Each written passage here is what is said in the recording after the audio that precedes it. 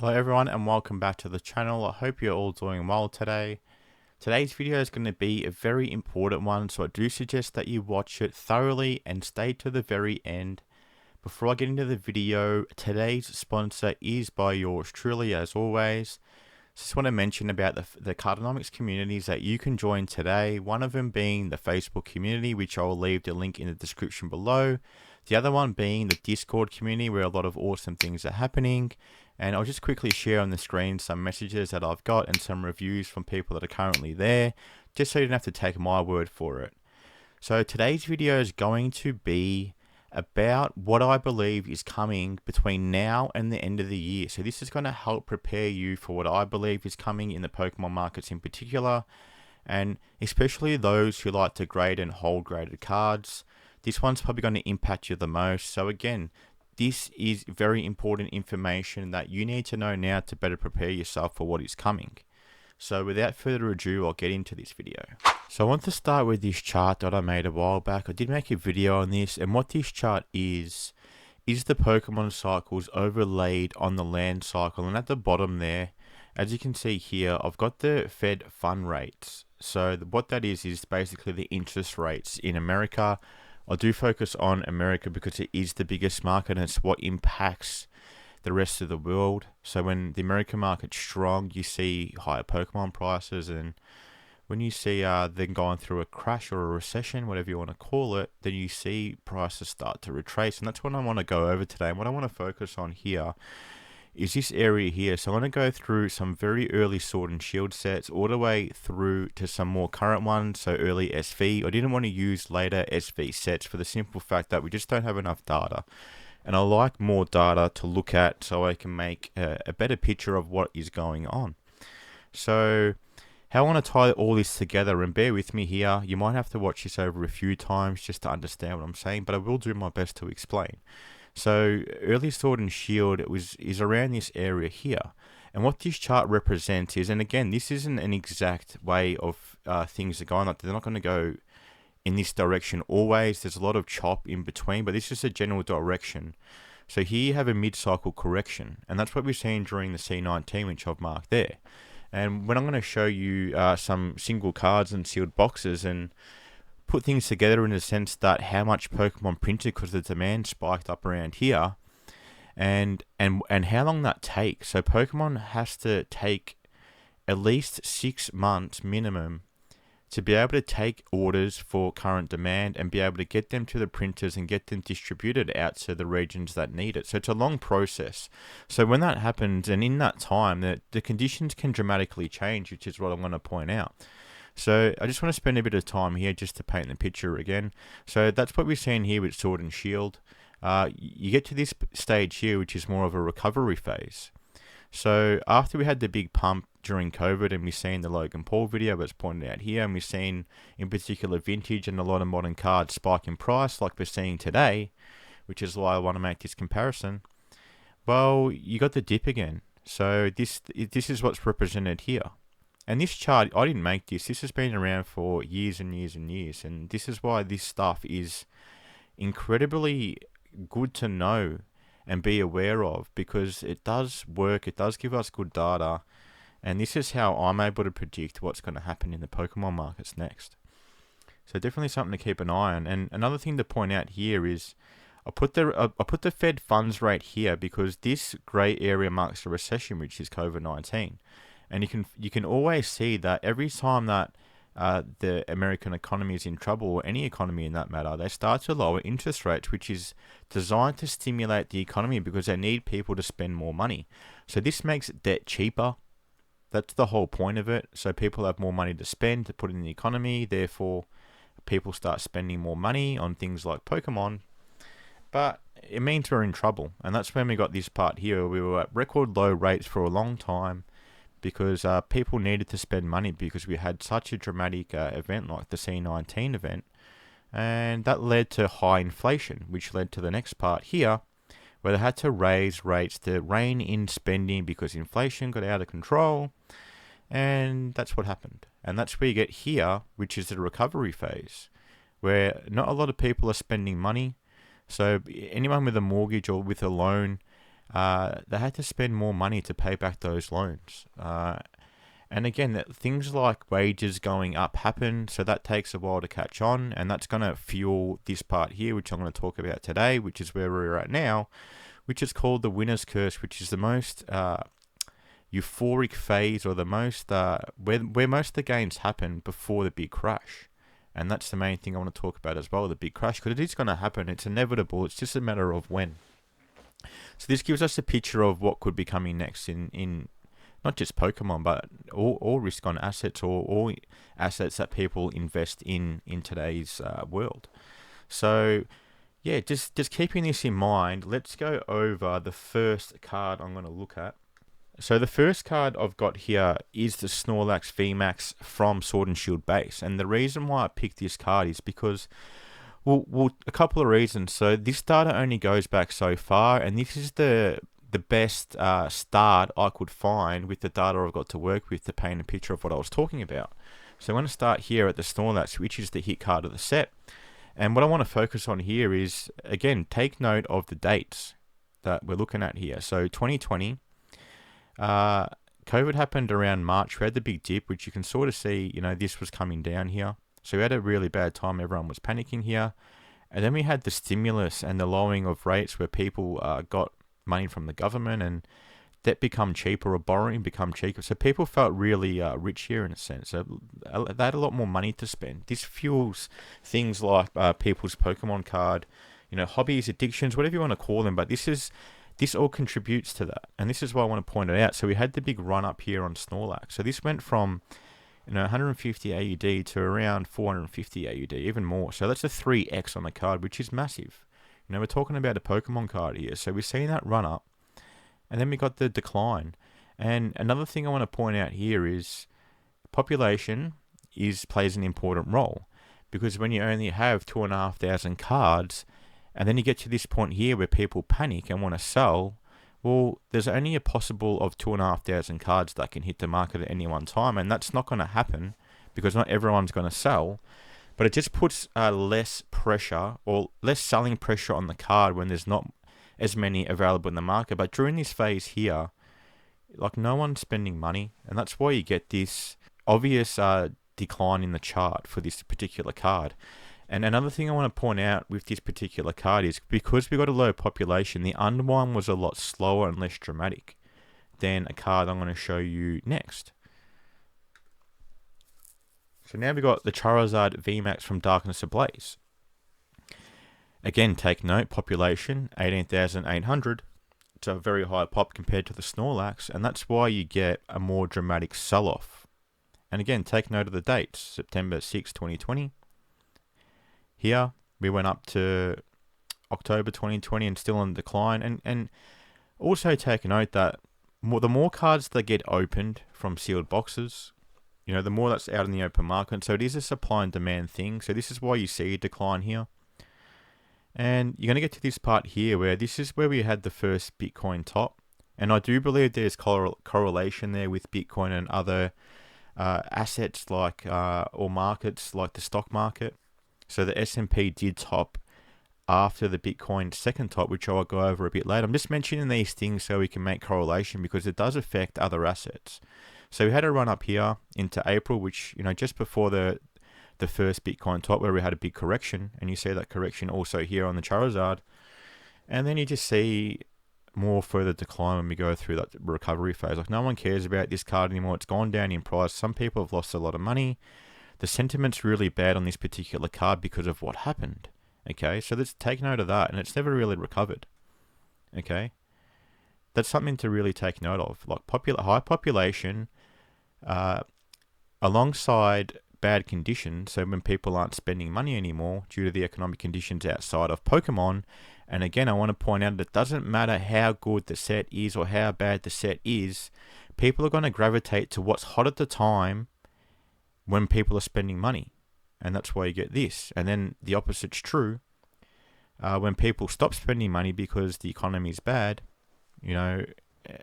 there's job losses, things are getting tight, Inflation could be out of control and cost of living could be up dramatically. There's a lot of factors that go into play, but let's keep it simple and just we notice the decline and the no recovery here. Even though there's cards today going up a lot in value, no one cares about this card anymore. So it's just out of the spotlight. Let's call it that. So let's move on to the next card. Pikachu VMAX from Vivid Voltage. So again, Vivid Voltage. This is where reprints come into play as well. This is the first set that got big reprints from Pokemon, which is what I pointed out before. And you can actually see on this Pikachu that we went up a little bit here. This is the only data we got to work with. So we did peak around January 5th, 2021. This is still when there was a time of mass stimulus by the, most governments around the world. Peaked at $2,500 in the PSA 10. And then you start the decline here. Okay, more get opened, conditions, things get reprinted. The sentiment turns negative on this card and you just get the big sell-off. And because this population's 8,900, it's not as much as the Charizard before, the sell-off isn't as dramatic, but you still see the sell-off on the chart regardless, and it hasn't really recovered much, but it's starting to recover just a little bit. How many years later? We're 4 years later now, so that's a long time to recover. So again, this is why I'm pointing out to be careful, with modern cards today that are really going up a lot in value. So this could easily happen to today's modern cards that are spiking. I want to put sealed product in here as well, just because I love to invest and sell sealed product. That's my specialty. That's what I enjoy doing. And we can see that this in the same time frame that it's a lot more stable. You don't get that big dramatic dip in the chart. And again, this is a lot safer. And you can see now that we're getting that breakout finally from Vivid Voltage. And again, this is what reprints can do when, okay, we get told, Pokemon, we need more because everyone wants Vivid Voltage. It's selling out. The Pikachu's at $1,000, $2,000. It's crazy. We need more. Pokemon say, okay, we'll give you more. Takes 6 months. By the time it gets to market, we're down. And again, reprint, we're down. And then it just doesn't recover. It just takes so long because there's so much product on the market now and no one wants it. Because all the speculators are left. So the real value comes to play now because all that's left are the genuine real collectors that were there from the start and that are there still now and that will still be there after this speculation period is gone as well. And they print for the speculators and the genuine collectors. So when you got those, numbers that are really disconnected from reality, let's call it that. That Pokemon are going to make decisions based on the demand at the time, and they can never foresee these things happening. Again, I can't predict the future, but I can still come up with the most probable outcome based on, the data that I'm showing you today. So again, that's why sealed's a lot safer.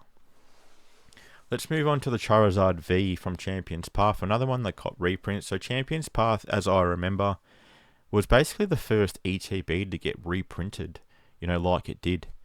In a very large fashion, and you can see this card peaked, I don't know if this data is accurate, but 7,000 AUD and dropped all the way to $600, and it never really recovered. You can pick one up today for $400 or $500 in a PSA 10. And again, take note, population almost 15,000 cards, so you're going to get a more dramatic sell-off. And again, keep note of this population because they're going to bring up cards today that are going up, something shocking that have a similar population that people will probably buy them now, thinking they're going to keep going up forever, and they're immune to this, which you're not. This is why I want to point it out, and this is the warning I want to give out to everyone that is buying these cards right now at highly inflated prices, in my opinion. So again, dramatic sell-off, and again, take note of the time here, 2021. And this is around the time where Bitcoin and the stock market peaked as well. But this card was already, bad sentiment, gone down. No one wants it anymore. Everyone's selling it off. Still high population. Again, people stopped caring about it because, the printing took its time and people bought at a price that they thought Pokemon aren't going to reprint this product because it's never happened before. But again, the demand was there. Pokemon made the decision to print more Champion's Path, and that just left a negative sentiment, not only on this card, but the whole set. And we haven't really seen a recovery since, which I'll show you now. Like, we're starting to go up now. The data's a bit skewed here. But Champion's Path, Elite Trainer Box, You know, did nothing for years. You know, so if you bought up here, there was nothing to be made. The product just sat stagnant, and that's what reprints do, and that's what can possibly happen now. And I'm going to explain what I believe is going to happen. But if you haven't watched my last video, that's a good one to watch as well. Let's go on to the next one here. Shining Fate's another one in that period. So I'm going over these sets because, you know, we're at a similar time now to what these sets were in similar conditions. So again, we got dramatic sell-off. We got $6,000. Again, population 24,000. It's going to give you a more dramatic sell-off because everyone wants to sell before it, you know, hits the bottom. And that's exactly what you see in the chart. The charts do not lie. This data is real. You know, this is logged sales data. So this is why I look at data and not, you know, what someone's saying or, you know, the sentiment out there. Like, this tells the story. So that's what I look at. And yeah, same thing. Again, take note of the population and what happened in the times we're in.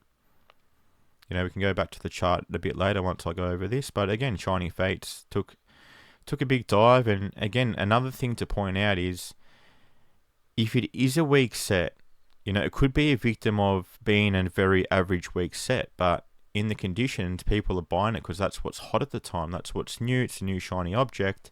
So you're going to see the real value after we have this boring phase. And if Pokemon print this into the ground like they did, well, you're just going to have an oversupply. So there's going to be less buyers and more product. And that's going to show you what's happening here in the chart. It's just going to stay down forever. And we're starting to just get a recovery now. And again, it's like 4 years later. You know, it's a long time to recover. And again, take note. I do believe what's coming is going to be a lot worse than what happened in COVID. So keep that in mind. And let's go to the next one. Evolving Skies. So we're getting a bit later into Sword and Shield now. And I picked Evolving Skies because it's the most popular set from Sword and Shield. I'm starting with the booster box, and I want to just go back to the other chart for a second. And I'll explain why I'm back here, because I want you to notice that when Evolving Skies come out, this was already done. So I just went over this period here, which is very up and down. This is the mid-cycle slowdown. We had the C19 crash. You know, we had the initial crash, we had the initial pump and crash again, which is exactly what's showing you on this chart here. And then we've got the recovery phase. Evolving Skies come out in this recovery phase here. And again, this is, you know, the euphoric stage that we're getting into now, where you see a prismatics open. So again, keep note of what's happening here, and keep note of what's happening here. We're starting to go down in rate. So we've begun a rate cut cycle, which is extremely important because, you know, when this happens and it goes down dramatically, well, this is when the next recession is likely to come. And the timing just for me is, you know, perfect around this area here, which is, you know, I don't think we're going to make it to the 30th anniversary, but, you know, we'll see when it gets closer to that. But we could definitely crash before the 30th anniversary. And yeah, look, no one's really going to be interested in Pokemon anymore, or anything for that matter, because you'd be too worried about putting food on the table. So I just wanted to point that out before I get into Evolving Skies. Okay, so here, now, when you have a strong set like this, and you have a chart that's just going up nicely, and again, like, picture Evolving Skies if it was out today, like, you wouldn't see it for this price for so long. And I remember, you know, when Evolving Skies came out in Australia, you could still buy it at retail. It did sell out pretty quick, but I do remember, even after release, like, Chris from Troll Oz had a sale around Christmas time on Evolving Skies booster boxes, and it didn't even sell out at like $180 a box. So this is a good example of, you know, amazing set. We can see that it's at, you know, over $2,000 today, because it is an amazing set and there's a lot of value there.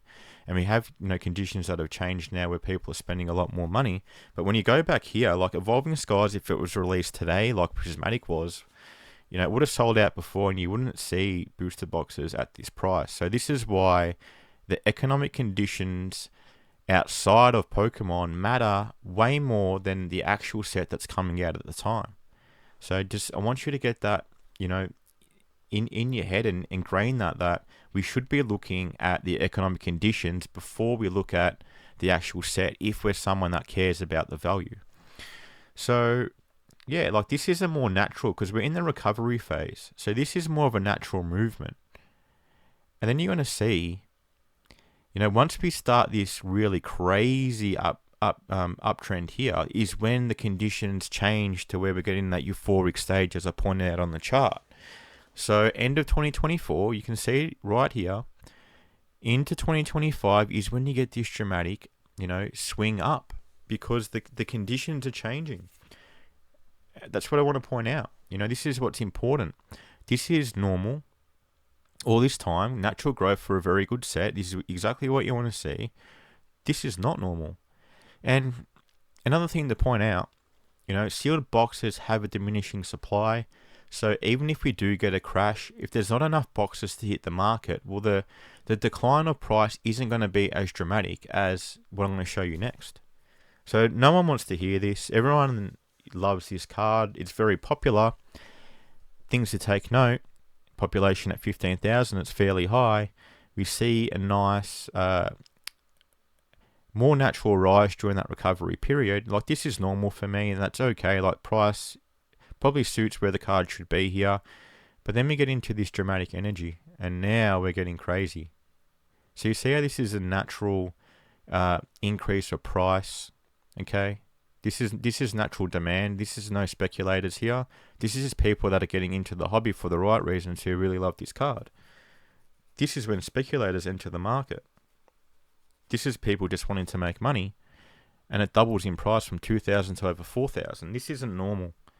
And this is what I want to point out. If you're someone that has with this card in a 10 and you're paying these prices, well, if you're not comfortable with this price going back down here, which could be even worse, well, I suggest you don't buy it, because that is a real high possibility in my opinion. Just something to keep an eye on, okay? I want to use the Gengar VMAX as well, Fusion Strike, another popular card that spiked. Again, take note that this is natural, recovery phase, no speculators, and then when we get to late 2024 into 2025, when we start seeing crazy things, and then spike. Not natural, okay? This isn't normal. But again, we see population 9,000. Yes, we're going to see a sell-off, but it's not going to be as dramatic as the Moonbryon, because there is less, to be able to be put up for sale. So we're going to see a crash on all cards, in my opinion, but the ones with the higher populations are going to be the ones that have the most on the market, and sellers are going to try and undercut to get a sale, into this crash, because people are going to feel really bad once the price starts to go down, and they're going to want to sell it and get out before it goes lower. That's the mentality. So that's a bit of market psychology there. We'll go over a couple of more just because I want to keep ingraining this. And this is SV now. We're going to the Bubble Mew, another popular card, and you can see the craziness here. Okay, like, this is normal. Again, we're in a phase where no one cared about Paldean Fates. $400 for a PSA 10 is a fair price in my opinion. And you get towards the end of the year and it just goes crazy. Okay? That's not normal. That's almost a 4x from where it was down here. Population 7,500. That's going to keep going up. But again, it's around the same as the Gengar. So you're still going to get a sell-off. And you could end up back here quite easily. Okay, lastly, I'm going to finish on the Magikarp, just for the simple fact that this has a lower population. This card was much harder to grade, but another couple of things to look out for is, if you see more Paldea evolved and their print run is a lot cleaner, we might be seeing better Magikarps to grade, and that population could increase. But right at the moment, we still see the crazy upswing in this card. We're at $2,000 plus now, whereas before we were at 500. So again, about another 4x, but on a sell-off when there's under 2,000 cards, well, some people aren't going to sell, they're going to care because they love the card. Those who are speculating on it are going to want to get rid of it because the price is going down. So how many Magikarps are going to hit the market? Well, not as much as Mews or not as much as Moonbryon. So a bit of a safer play, but again, it's still going to feel the effect of the market crashing.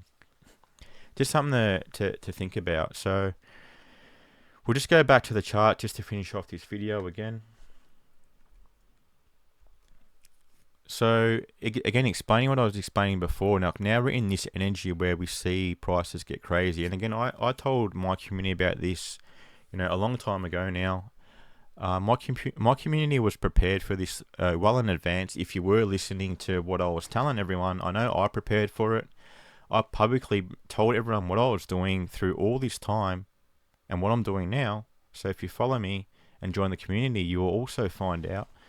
But yeah, I just wanted to make this video to better prepare everyone and just to show everyone how I look at markets, because I believe it's very unique.